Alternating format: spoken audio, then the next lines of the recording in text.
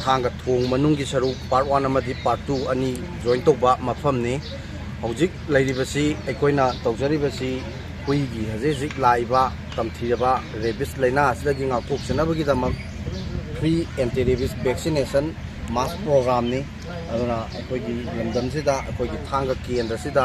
हुईगी असिगुंबा तमथीरबा लैना असि लैतनबा अमुक हन्ना सिगुंबगी अकीबा लैतनबा अदुगी दमकता सिंजबा प्रोग्राम ने